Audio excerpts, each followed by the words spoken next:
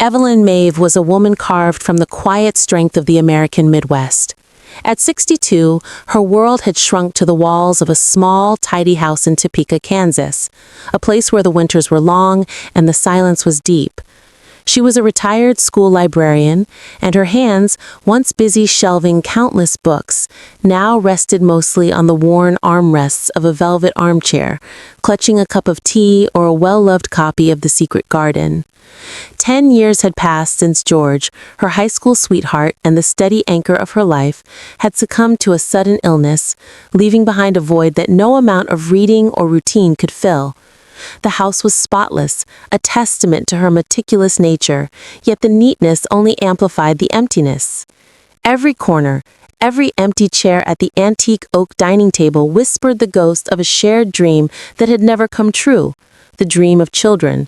They had spent 20 years trying, whispering prayers in darkened churches, navigating the labyrinth of early fertility treatments, only to be met with constant, quiet disappointment. George had always said, "We have enough love for a whole baseball team, Evie." Now the echoing silence was a painful reminder of that unfulfilled promise. Evelyn's deepest fear, a cold hand gripping her heart every evening, was not of death itself, but of departing this world without having left a tangible piece of her love behind, without ever having been called mother. This was the core of her loneliness, a fierce maternal heart with nowhere to land. The memory of George's hopeful, tired smile remained her greatest treasure, and her greatest sorrow. She saw his eyes in the portrait above the fireplace, eyes that had promised a future he never saw. And so, at 62, Evelyn still dreamt of hearing a child call her mother, a prayer whispered daily into the silence of her empty home. It wasn't a youthful fantasy. It was the spiritual necessity of a woman who had given everything to her community, but had never been allowed to build her own dynasty. She had buried George, she had buried her mother and father, and now she felt as if she were waiting to be buried herself, her legacy confined to the library's card catalog. The thought was unbearable. One blustery December morning, the first snow of the season falling softly outside, Evelyn sat staring at the small, mahogany box George had left her. It contained their rainy day fund, a surprisingly modest sum, but enough for a final, desperate gamble. She knew the societal norms, the whispers that would follow, the doctors who would shake their heads. But the desperate need for connection, the pull of life over oblivion, was stronger than her fear of judgment. She deserved one last chance to live out their shared dream. George's steady voice seemed to echo from the photograph. "Don't you ever stop fighting for what you want, Evie." The box felt warm in her aged hands, not like money, but like hope itself, heavy and solid. That morning, Evelyn made a call that would change everything, reaching out to a world she thought she had long left behind, the world of possibilities. She scheduled a consultation at a specialized clinic 3 states away, using George's rainy day fund to buy a plane ticket and a fleeting moment of renewed purpose. Her journey, she knew, would be steep and perhaps futile, but the prospect of inaction was simply no longer an option. She was ready to face whatever lay ahead, fueled by the love of a good man and the tenacious spirit of an aging woman determined to make her life count. The long, sterile halls of the fertility clinic felt miles away from the cozy, wood-paneled library where Evelyn had spent her life. Dr. Alistair Vance, a man whose silver hair matched the precision of his movements, was kind but professionally cautious. He laid out the statistics with a gentle voice, the numbers painting a grim picture of advanced age and low probability. "Evelyn," he said, removing his glasses and leaning forward, "I respect your desire, truly. But medically, the odds are negligible. And ethically, we have to consider the risk to you." Evelyn didn't flinch. She simply pushed the mahogany box across the desk, containing the last of George's savings.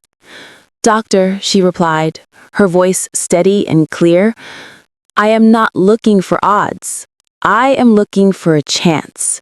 This money represents the last shared dream of 2 people who loved each other very much. Whatever the risk, I would rather face it, in pursuit of life, than retreat into the certainty of solitude." Her conviction, not her age, convinced him. Dr. Vance agreed to explore a rare experimental in vitro process, one that held only a whisper of possibility. It was a leap of faith for both of them, a gamble against biological time. The next few weeks were a blur of tests, injections, and endless waiting. Evelyn kept the process secret, telling only her pastor that she was away visiting a sick relative. The physical discomfort was intense, a relentless ache that made her question her sanity. But the emotional pain of the past 40 years gave her perspective.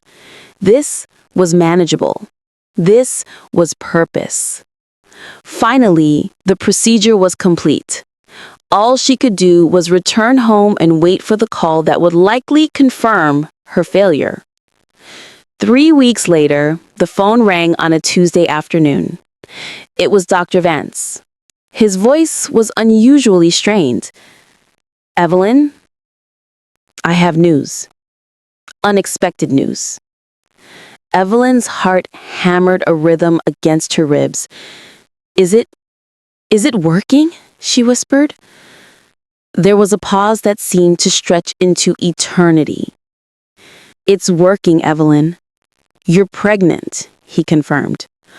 A wave of light-headed euphoria crashed over her. She gripped the phone so tightly her knuckles turned white. "Oh, thank you, Lord," she choked out. Then Dr. Vance continued, his voice now edged with stunned disbelief. "But Evelyn, we just completed the first detailed ultrasound. There's not one, not two, there are 7 viable embryos. 7 distinct heartbeats." Evelyn sank onto the floor, the phone still pressed to her ear. 7. The number George had jokingly referenced, a whole baseball team. The miracle was immediately terrifying. The initial joy was instantly mixed with a devastating surge of fear and shock. 7 lives depending on her aging body. The news hit her quiet community like a shockwave. Skepticism quickly turned to concern, and for some, outright condemnation. Local newspapers ran headlines questioning the ethics and responsibility of a 62-year-old woman carrying a septuplet pregnancy. People she had known for decades offered concerned glances in whispers behind her back. It's too much for her. It's irresponsible. But Evelyn found a strange, fierce strength in the face of this opposition. The challenge was massive, the financial burden overwhelming, and the physical toll already beginning to manifest. But every morning when she placed her shaky hands on her lower abdomen, she felt the life within. Her struggle had only just begun, transforming from a lonely personal battle into a public test of faith and endurance. The subsequent months became a marathon of sheer will and medical supervision. Evelyn was immediately placed under stringent medical care, moved temporarily to a specialty hospital near the clinic in Chicago. The logistics were nightmarish: constant monitoring, restricted movement, and a diet strictly managed to nourish 7 rapidly growing lives. The physical pain was excruciating. Her body, designed for rest and retirement, was now a strained vessel of simultaneous gestation. Every movement was slow, deliberate, and often accompanied by a gasp of pain. Doubt, too, became a constant companion. Lying awake in the sterile hospital room, she often heard the echoes of the naysayers. Can she really do this? Should she have done this? But whenever the doubt threatened to overwhelm her, she reached for her Bible and the worn photograph of George. She would close her eyes and try to visualize 7 tiny faces, giving them names in her heart, names that represented the virtues she needed most: faith, hope, grace, fortitude, charity, patience, and joy. These were her children, her destiny, and her armor. She poured every ounce of her remaining energy into this journey. The financial strain was immense. George's rainy day fund was gone, quickly eaten up by initial medical costs. Recognizing her plight, the quiet Midwestern community that had initially judged her slowly began to rally. Her small, tight-knit church started a donation drive, which quickly went national under the banner of Evelyn's 7 Miracles. Letters and packages poured in from strangers across the country. Knit booties, tiny onesies, and most importantly, cards filled with prayers and encouragement from other mothers and grandmothers who admired her courage. The outpouring of love was a healing balm against the cold skepticism she had faced. Dr. Vance, initially worried, became one of her most ardent supporters. He witnessed her stoic endurance, her refusal to complain, and the deep, unwavering joy she took in every tiny flutter she felt. "She has the resolve of a general," he told a colleague. Evelyn herself found solace in small domestic acts that centered her. Though confined to bed rest, she spent hours meticulously hand-stitching 7 small, identical blankets, her aged hands often trembling from exhaustion, but her movements guided by an internal fire. Each stitch was a conversation, a whispered promise. She would talk to her babies every single night. "Mama is here. Mama will not give up. We are in this together, my tiny loves. I will see you all through this." Her prayers were simple, fervent pleas for strength and health. She wasn't praying for an easy journey. She was praying for the power to withstand the difficulty. The hospital staff, initially detached, were drawn in by her gentle spirit and her incredible fortitude. The nurses called her Mama Evelyn. She transformed her sterile room into a haven of hope, adorned with the cards and knitted gifts from strangers, a physical manifestation of the love and belief that now surrounded her. Her skin grew thin, her joints ached, and her breath was shallow, but her spirit swelled with the love she had saved up for a lifetime. She carried the weight of the world, but it was a burden of pure, precious life, and she wouldn't trade it for anything. 9 months of carrying this incredible, monumental weight were nearly complete. The immediate aftermath was a blur of medical care and overwhelming, exhausting joy. Evelyn was moved to recovery, worn out but utterly incandescent with happiness. Her septuplets, 4 girls and 3 boys, were tiny, as expected, but remarkably healthy, a testament to the specialized care they had received and Evelyn's extraordinary resilience throughout the arduous pregnancy. They were whisked away to the NICU, a room suddenly transformed into the loudest, busiest nursery in the hospital. The story, already a local sensation, exploded into national news. "Grandma gives birth to 7, read the tabloids, but the more respectful outlets focused on the heart of the matter, the perseverance of a woman's love and the modern medical miracle. The flood of attention was secondary to Evelyn's singular focus, recovering her strength to finally meet her children. The hospital, in an act of kindness, arranged a private moment for her. Wheelchair-bound, dressed in a soft flannel robe, Evelyn was taken into the neonatal intensive care unit. The room was full of beeping machines and the soft glows of incubators, but all Evelyn saw were 7 tiny beds, each containing a perfectly formed child. She named them precisely as she had planned in her heart during those long, lonely nights of prayer. Faith, hope, grace, fortitude, or Ford, charity, or Chara, patience, or Pat, and joy. When she was allowed to place a finger into the incubator of the smallest one, Joy, the baby's tiny hand instinctively curled around it. In that moment, the 40 years of silent waiting, the skepticism, the pain, and the judgment all dissolved into the pure, undeniable reality of motherhood. She was a mother 7 times over. Dr. Vance, visiting her room later that day, looked utterly transformed. He was no longer the cautious clinician, but a man humbled by a force greater than himself. "Evelyn," he said, his voice husky, "I want you to know that in all my years, I have never seen such courage. I had statistics, you had faith, and your faith brought 7 new lights into the world." He admitted with a sheepish smile that the moment he saw them all breathing, thriving, he hadn't been able to hold back the emotion.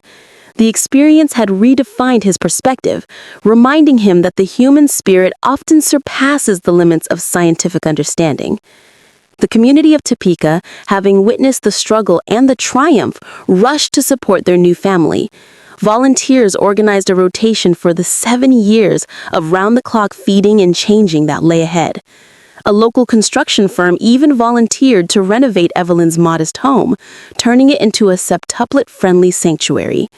The loneliness that had once defined Evelyn Maeve was gone, replaced by the beautiful, overwhelming chaos of 7 tiny lives and the embrace of an entire nation touched by her story. Evelyn's life, once a predictable rhythm of books and quiet contemplation, was now a vibrant symphony of noise, love, and constant motion. She faced the daunting task of raising 7 children with the same unwavering, quiet strength that had carried her through the pregnancy. There was no manual for this, only the boundless reserve of love she had carried for 40 years. George's presence, though unseen, was in every shared moment, in the way she organized the 7 tiny cribs in a circle, in the lullabies she sang, the very same ones George used to hum to her. The children, now toddlers, embodied their names. Faith, the contemplative one. Hope, the bright, cheerful one. Grace, the gentle peacemaker. Ford, the mischievous adventurer. Chara, the intensely affectionate one. Pat, the surprisingly calm and patient one. And Little Joy, the one whose infectious laughter could lift any burden. They were all miniature Evelyns and Georges, a testament to enduring love. She taught them the simple virtues of kindness and perseverance, lessons she had learned in the deepest recesses of her own solitude. Their home became a beacon, not just for the community, but for anyone who had ever been told their dream was impossible, too late, or too big. People would drive miles just to see the famous house with the 7 swings on the porch. The true legacy, however, was not the media sensation, but the quiet, everyday love that filled their rooms. Evelyn never fully recovered her youthful vigor, but she had a strength that transcended physicality. When she was tired, one of her children would instinctively reach for her hand, their tiny fingers wrapping around hers, and the simple touch was enough to refill her well of endurance. Dr. Vance remained a lifelong family friend, visiting the children every year on their shared birthday, always bringing a small, symbolic gift for each of the 7 children. He often reflected that Evelyn had not only given birth to 7 children, but had also breathed new life into his own weary cynicism, proving that miracles are not deviations from the norm, but sometimes the very definition of it. Years later, sitting in the velvet armchair that now held a toddler on each armrest, Evelyn looked out at the bustling, noisy house, listening to the echoes of 7 voices calling out, "Mother!" It was a sound more beautiful than any melody. She had faced her deepest fear, the fear of dying alone, and had instead created an entire world of love. Her life was proof that the truest miracles are found not just in the moment of their arrival, but in the unwavering determination to never let go of hope. It was a lesson for the ages, especially for her generation. No matter how much time has passed, no matter how many doors have closed, if your heart still holds love, it is never too late to begin again. The most powerful force on earth is the persistent, enduring, and ultimately triumphant will of the loving heart.